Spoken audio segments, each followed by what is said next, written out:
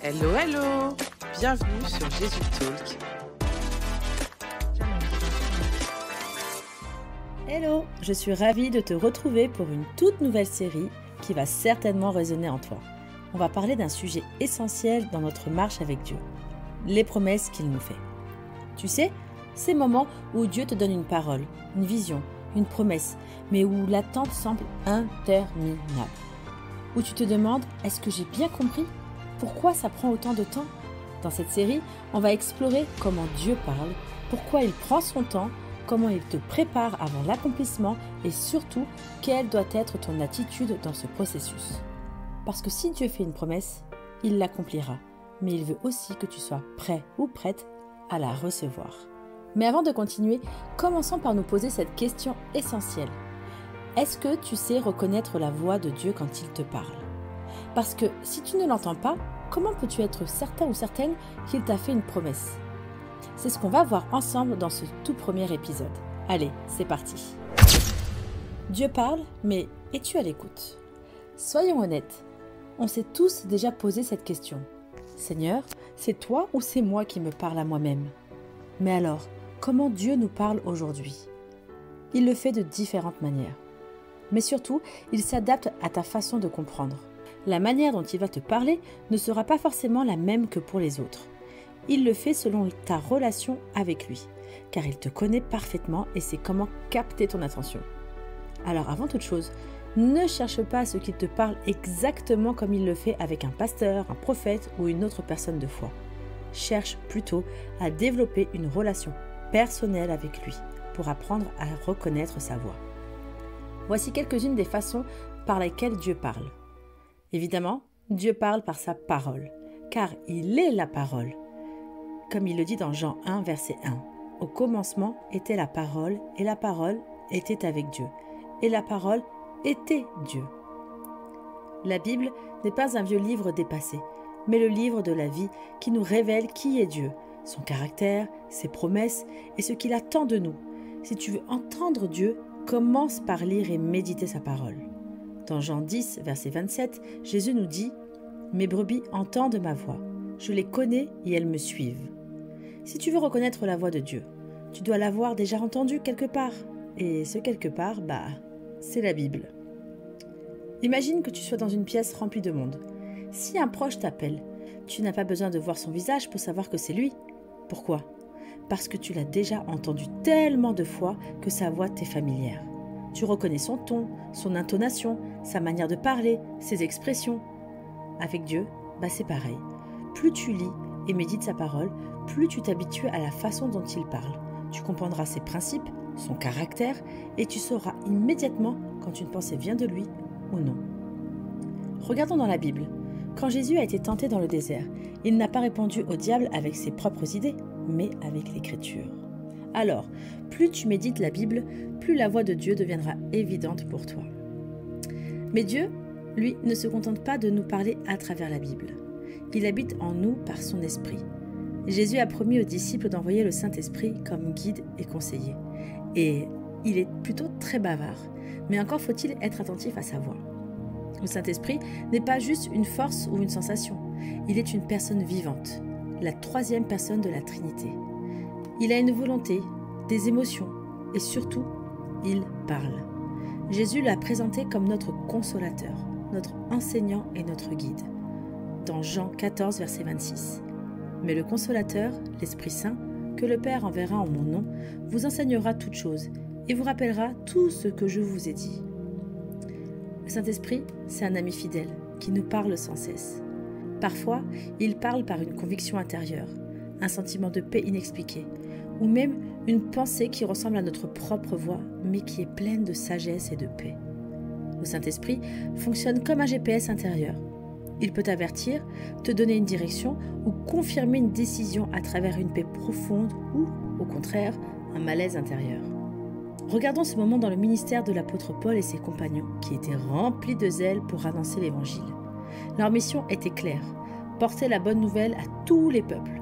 Dans leur élan, ils avaient prévu d'aller en Asie, persuadés de faire ce qui était juste. Mais voici ce qui s'est passé. On retrouve cette histoire dans Actes 16, du verset 6 à 7. ayant été empêchés par le Saint-Esprit d'annoncer la parole dans l'Asie, ils traversèrent la Phrygie et le pays de Galatie. Arrivés près de la Mysie, ils se disposaient à entrer en Bithynie, mais l'Esprit de Jésus ne leur permit pas. Dieu leur a mis un frein, un stop direct. Pourquoi ? Parce qu'il avait un autre plan. Il voulait les envoyer en Macédoine. Plus tard, Paul recevra une vision confirmant cette direction. Parfois, Dieu ferme une porte, non pas pour nous frustrer, mais pour nous orienter vers un meilleur chemin. Peut-être que tu as déjà ressenti une inquiétude inexpliquée face à une opportunité qui semblait pourtant bonne, ou au contraire, une paix profonde en prenant une décision qui défiait la logique. C'était le Saint-Esprit qui te guidait. Apprenons à écouter cette voix intérieure. Quand Dieu met un frein dans notre cœur, ce n'est pas pour nous priver, pas pour nous punir, mais pour nous protéger et nous conduire vers ce qu'il a préparé de meilleur. Mais Paul nous donne une clé précieuse aussi pour discerner la volonté de Dieu. C'est dans Colossiens 3, verset 15. Que la paix de Christ à laquelle vous avez été appelés pour former un seul corps règne dans vos cœurs. Si une direction vient de Dieu, elle est accompagnée d'une paix profonde, même si elle semble illogique humainement. À l'inverse, si tu ressens un trouble intérieur, une agitation persistante, une angoisse, alors Dieu t'avertit peut-être que ce n'est pas la bonne décision. Mais attention, le Saint-Esprit a une particularité. C'est une personne sensible. Il respecte notre liberté et ne s'impose jamais. Si nous l'ignorons trop souvent ou si nous vivons dans le péché, il peut cesser de parler et même de se retirer. C'est écrit dans Éphésiens 4, verset 30. N'attristez pas le Saint-Esprit de Dieu, par lequel vous avez été scellés par le jour de la rédemption. Samson illustre bien cette réalité. Il était un homme choisi par Dieu, rempli de l'esprit et doté d'une force surnaturelle. Chaque exploit qu'il accomplissait était rendu possible par la présence de Dieu en lui. Mais Samson a joué avec le feu. Il s'est laissé entraîner dans le compromis et la désobéissance, ignorant les avertissements de Dieu. Il pensait que l'Esprit de Dieu serait toujours avec lui, quoi qu'il fasse. Jusqu'au jour où il s'est réveillé après avoir révélé son secret à Dalila, croyant pouvoir se dégager comme avant. C'est dans Juges 16, verset 20, où il est écrit « Il se réveilla de son sommeil et dit « Je m'en tirerai comme les autres fois et je me dégagerai. » Il ne savait pas que l'Éternel s'était retiré de lui. Ce passage est puissant et solennel. Samson a attristé l'Esprit de Dieu au point qu'il s'est retiré de lui. Et Samson ne s'en est même pas rendu compte sur le moment. Ne laissons pas cela nous arriver. Plus nous cultivons une relation intime avec le Saint-Esprit, plus nous apprenons à reconnaître sa voix et à marcher selon sa direction. Mais si nous le négligeons ou si nous persistons dans des voies contraires à sa volonté, nous risquons de l'attrister et de perdre cette connexion précieuse avec Dieu. Alors veillons à rester sensibles à sa présence et écouter ses avertissements et à lui obéir. Il est notre force, notre guide et notre secours. Mais alors comment rester sensible à sa voix ? Si tu veux entendre clairement le Saint-Esprit, tu dois cultiver une relation intime avec lui. Passe du temps dans la prière et en méditation de la parole. Écoute et obéis à ses directives, même quand c'est inconfortable. Vise une vie de sainteté et de consécration, car le péché éloigne sa voix. Et surtout, parle-lui sans cesse, comme tu parlerais physiquement à un ami, ne serait-ce, par exemple, dès le matin, avec un simple « Bonjour Saint-Esprit ». Le Saint-Esprit est une personne qui veut nous guider, nous parler et nous enseigner. Mais pour l'entendre, nous devons lui faire de la place dans notre vie et obéir à ses directions. Dieu parle aussi à travers les songes et les visions. Ce n'est pas juste une idée farfelue, c'est une manière biblique par laquelle Dieu communique avec nous. Tu t'es sans doute déjà réveillé après un rêve tellement intense que tu savais qu'il voulait te dire quelque chose, non ? Dieu a toujours utilisé les songes pour révéler ses plans. Regarde, depuis l'Ancien Testament, Dieu a parlé à travers des rêves et des visions pour guider, avertir et encourager ses serviteurs. Dans Job 33, du verset 14 à 15, il est écrit « Dieu parle cependant, tantôt d'une manière, tantôt d'une autre, et l'on n'y prend point garde. Il parle par les songes, par des visions nocturnes, quand les hommes sont plongés dans un profond sommeil, lorsqu'ils sont endormis sur leur couche. » Dieu peut utiliser les songes pour donner des instructions précises, avertir d'un danger, encourager et fortifier, révéler des choses cachées. L'un des exemples les plus connus dans la Bible, c'est Joseph, le fils de Jacob.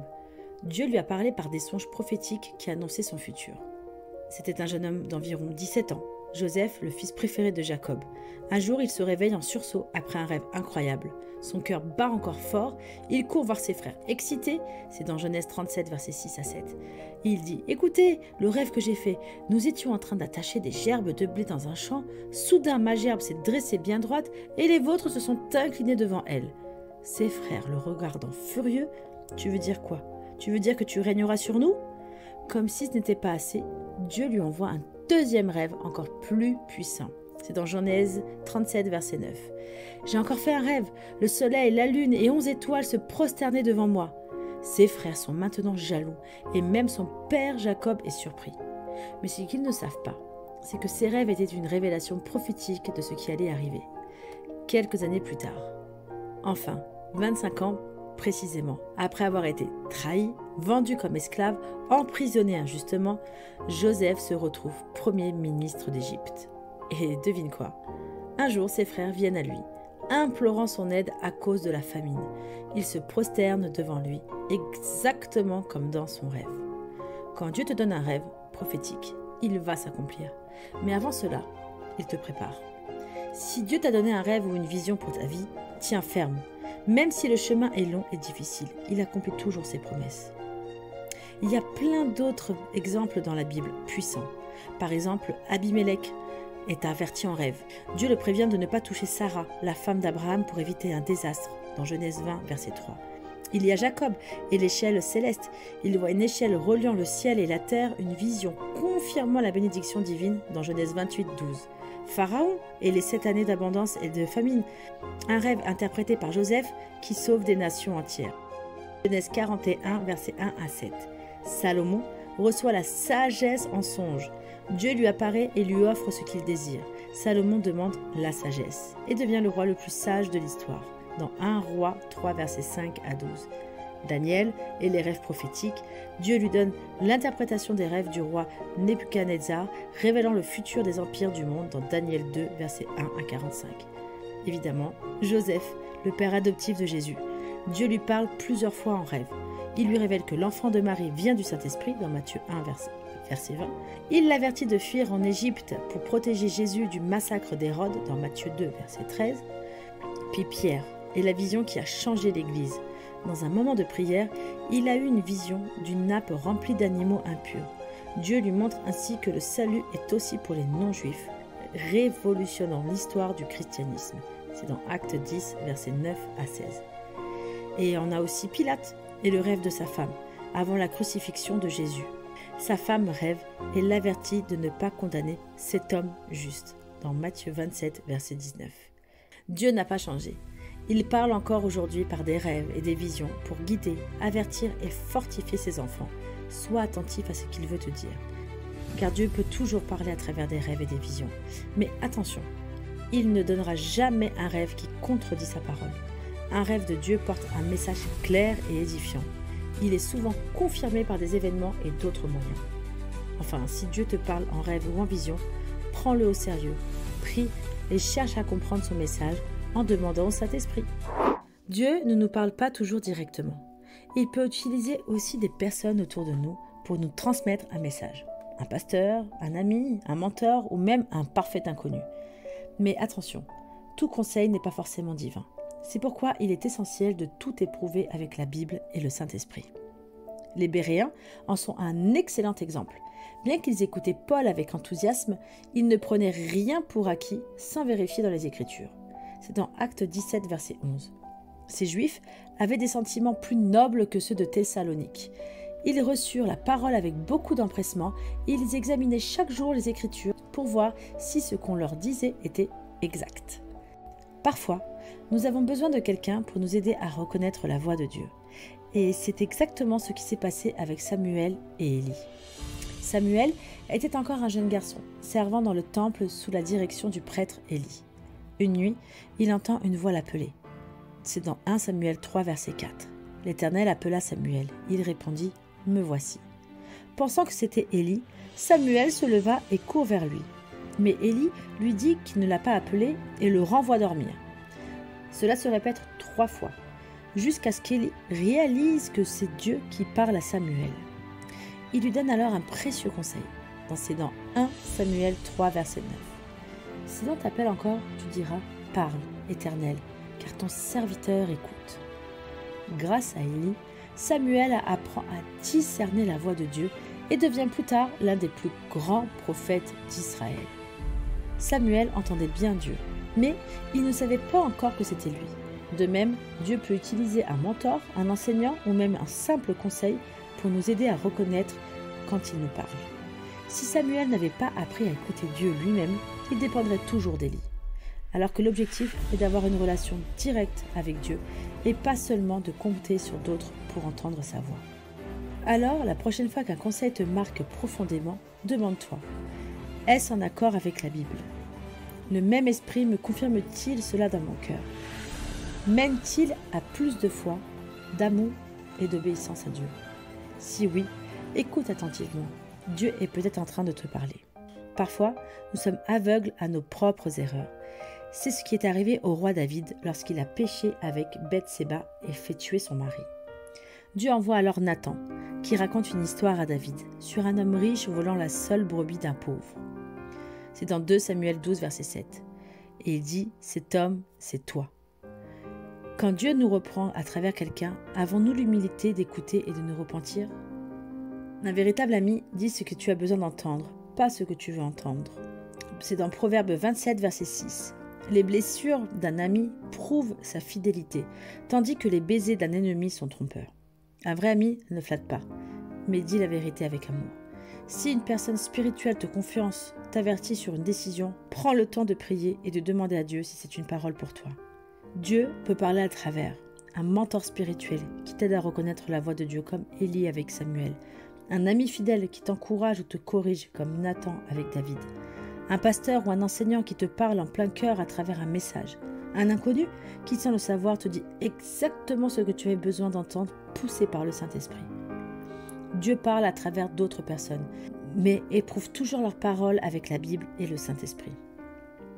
C'est pourquoi il est crucial d'avoir une relation personnelle avec Dieu. Si tu n'es pas habitué à entendre sa voix directement, tu risques d'être trompé par des faux enseignements ou d'accepter tout ce qu'un prédicateur dit sans discernement. Dans 1 Jean 4, verset 1, il est écrit « Bien-aimés, n'ajoutez pas foi à tout esprit, mais éprouvez les esprits pour savoir s'ils sont de Dieu, car plusieurs faux prophètes sont venus dans le monde. » Même si un pasteur ou un leader spirituel dit quelque chose, vérifie toujours si cela s'aligne avec la parole de Dieu. Maintenant que tu sais comment Dieu parle, la vraie question c'est, est-ce que tu prends le temps de l'écouter?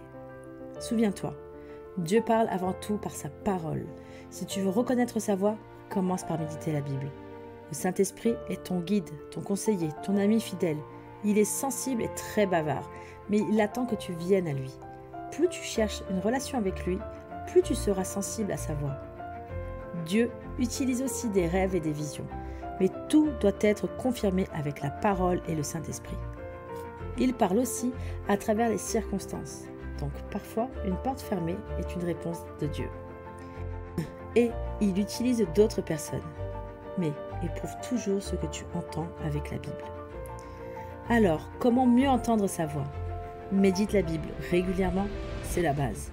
Prends du temps dans la prière et le silence. Dieu parle, mais est-ce que tu lui laisses de la place pour répondre? Cherche une relation profonde avec le Saint-Esprit, car il est là pour te guider, te révéler la vérité et te rapprocher du Père. Invite-le à te parler chaque jour. Entoure-toi de chrétiens matures. Ils peuvent t'aider à discerner sa voix. Et obéis aux petites choses. Si tu n'écoutes pas les premières instructions, pourquoi Dieu t'en donnerait plus? Et surtout, cherche la présence du Saint-Esprit avant même de chercher des réponses. Car plus tu le connais, plus tu reconnaîtras sa voix, même au milieu du bruit. Aujourd'hui, prends un instant pour lui dire « Saint-Esprit, je veux te connaître. Apprends-moi à reconnaître ta voix et à te suivre chaque jour. Remplis-moi de ta présence et conduis-moi selon la volonté du Père. » Et souviens-toi, Dieu parle, mais es-tu prêt à écouter et à le chercher? On se retrouve au prochain épisode, quand Dieu promet, mais que rien ne change. Merci d'avoir écouté ce podcast. Si cet épisode t'a aidé, Partage-le avec quelqu'un qui en a besoin et surtout, prends du temps cette semaine pour chercher le Saint-Esprit et développer ta relation avec lui. Si tu veux faire grandir ta relation avec Jésus, n'oublie pas de t'abonner pour ne rater aucun de nos épisodes inspirants. Retrouve-nous également sur Instagram pour des astuces, des conseils pour ta vie de prière, pour méditer la Bible et des encouragements pour booster ta foi. Sois béni. On se retrouve la semaine prochaine pour une nouvelle exhortation. Passe une belle semaine avec le Saint-Esprit.